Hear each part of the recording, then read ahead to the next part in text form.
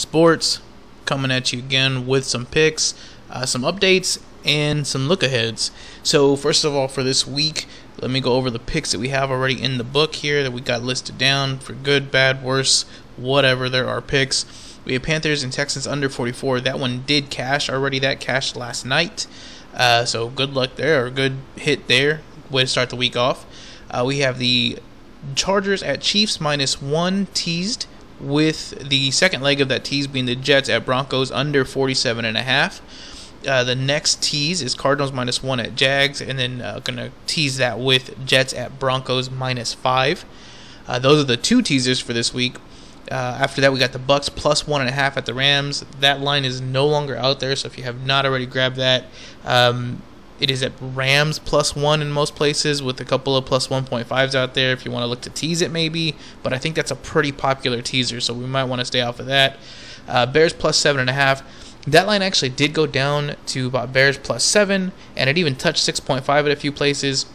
But there is public money coming in now, and it has bumped it back up to 7.5 in some spots, which means that a lot of people that were sleeping on the Browns, or just kind of public general bettors, have started betting on the Browns. That money comes in, bumps the line back up. So you can grab that if you want to get that line now. The two that I have added that were not on here previously were the Saints Patriots unders, and I'm gonna be really transparent with you guys. I am doing the under strictly off a tail from Warren Sharp, and this was not one of his paid picks. It was a free pick he gave out. It was on some podcasts, but I liked what he had to say, and then I went back and I checked my grading algorithms, and I do have both of these unders coming through. My final prediction for the score is a total of 41 points. So that is in conjunction with what Warren Sharp and his syndicate are thinking. So we grabbed the under 43. Now, a lot of places actually have this bumped down to like 41.5 or 42. So you're going to have to look around. I got it at Bookmaker at 43. Just keep an eye on it. If you see it at like 42.5 or 42, just wait. Wait until Sunday morning, because typically the public will push the overs up just a little bit. So you might get that half point we need to get it to the under 43. But like I said, I have it projected to end at 41. Lastly, the next pick, though, is the same game, Saints Patriots under 21, but that one is only for a half unit. So again, usually we're going 1 to 2 units. I personally have been doing 2. And so that's really like my unit size is 2 units, which that's a whole nother story, right? It's whatever. But whatever you're betting, bet about half of your usual bet on the Saints Patriots under 21 for the first half. And I only say that because with the first halves there's a lot more variance and a lot less time to make up for the variance. So the under 21 half unit. Look aheads though for week 4. So these are based all off the Madden algorithms. The lines that we will be looking for come Sunday afternoon or Monday morning, depending on when you check your book, is going to be Seahawks +3. Let me actually just pull up this number here.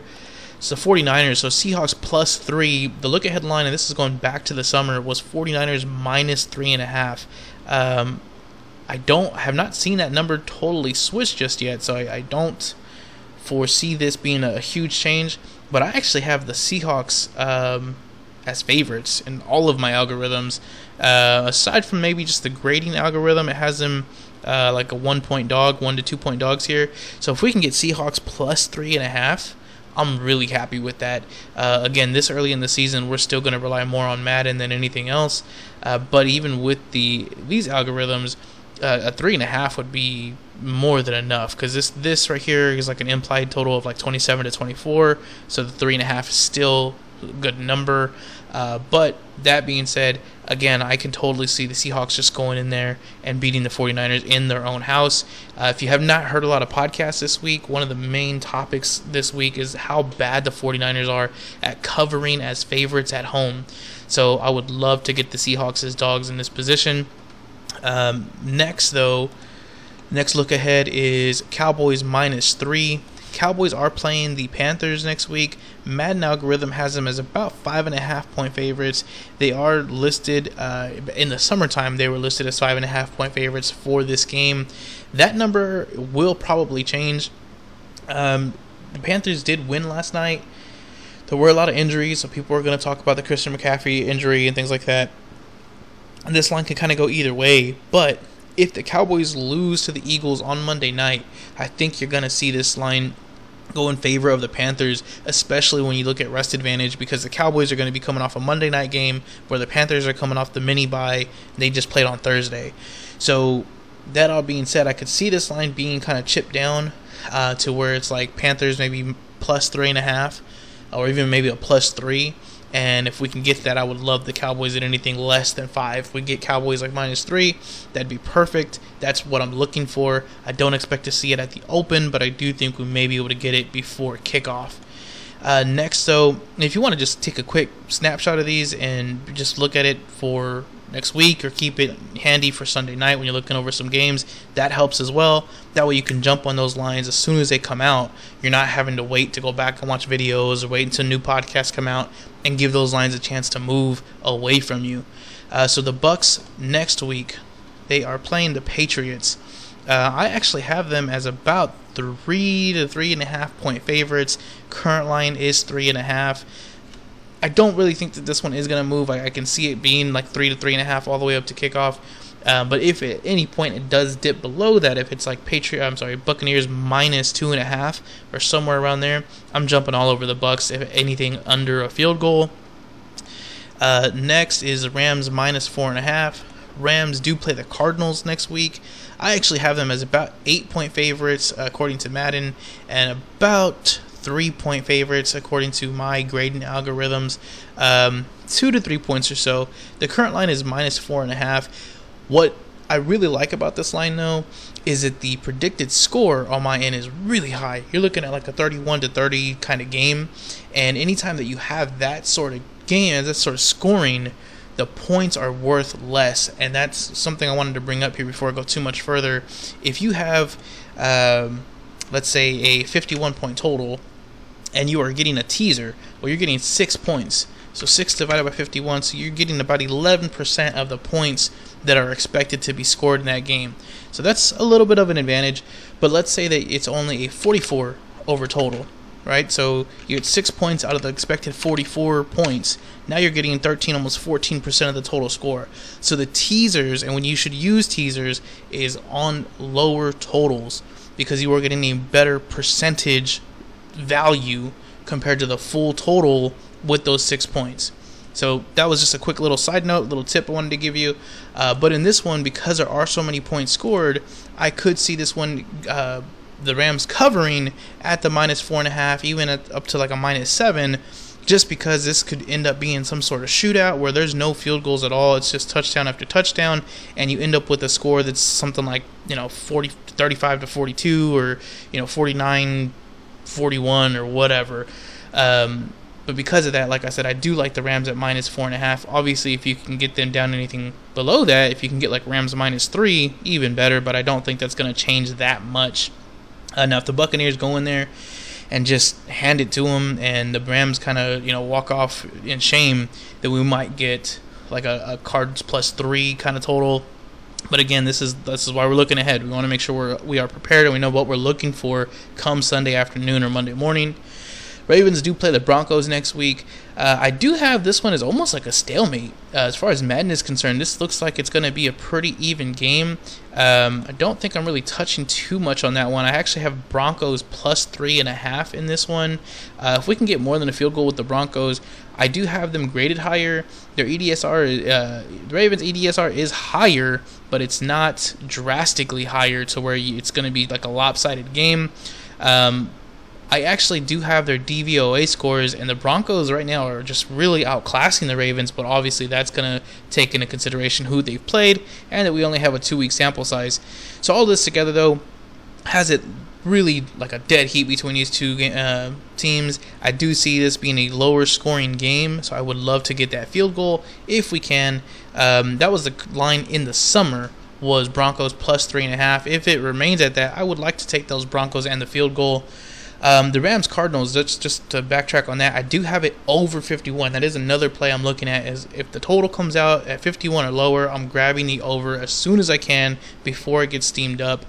Last game here is two games, I guess, really to go over, but the main one is the Bills and Texans. So the Bills-Texans, the Bills have had just a rough start.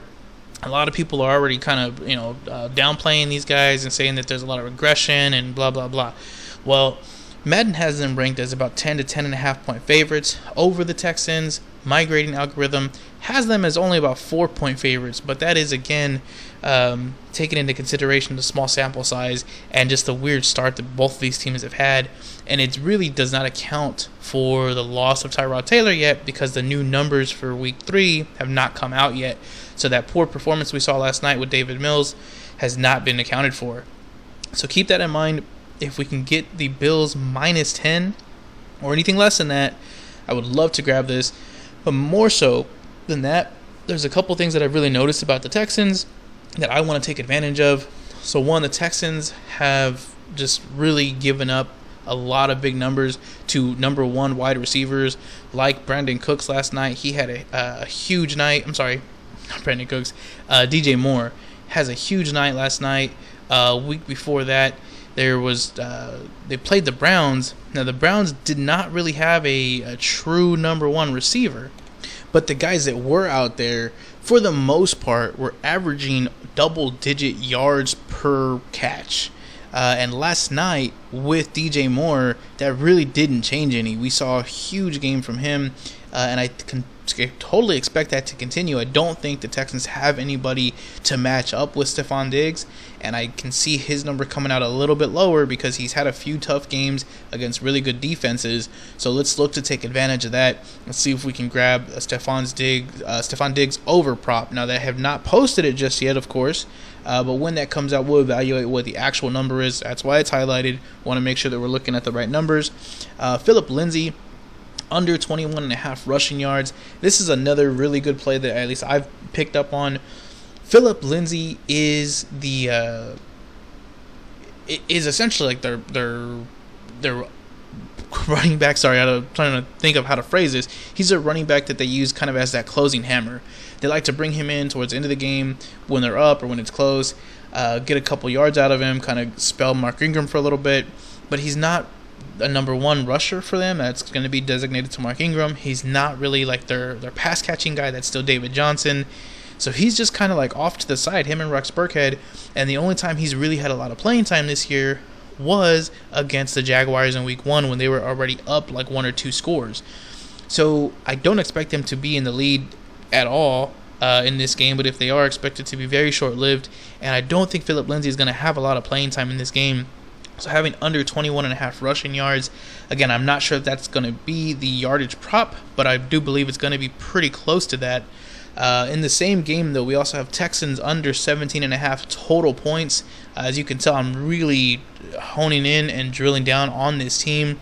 The Texans they're so predictable that until the lines move to make them really, really super sharp, we should take advantage of what they're showing us and what we can kind of detail out by looking at their previous games. Texans under 17.5 points, they really have not scored at all, the last couple weeks, and that's with Mills back there. He's just not great at moving the ball down the field, and he's not so much the problem. It just seems like they just don't really have a great offensive game plan in general. And so he scored all of 1 touchdown in his 5 quarters of play. I don't expect that to change. I don't think Mark Ingram or any of the running backs in the backfield is going to surprise us here in Week 4. I don't expect these guys to score over 17 points. So we're going to be looking to grab the under 17.5 points. Aside from that, the Texans have also not scored a first quarter touchdown or any score at all since they played the Jaguars in Week 1. And we all know that Jaguars defense is not, well, it's garbage. It's pretty hot, stinky garbage. And it happens. But for that reason, we're going to take the Bills to win the first quarter. It should be minus a point, maybe like 1.5. I'm hoping we can get minus 0.5, but I doubt it. But that's what I have listed here. But if you can get Bills minus 1 for the first quarter, I'm taking it. I would really take this thing even all the way up to like minus 3.5, because I could totally see this end up being like a 7-3. Kind of giving the Texans a benefit of the doubt, maybe putting together a decent game plan and getting those 3 points in the first quarter. But either way, again, as long as it's under 4, Bills minus 3.5 even, I'm taking it for the first quarter. Last game I want to go over is the Jaguars and the Bengals.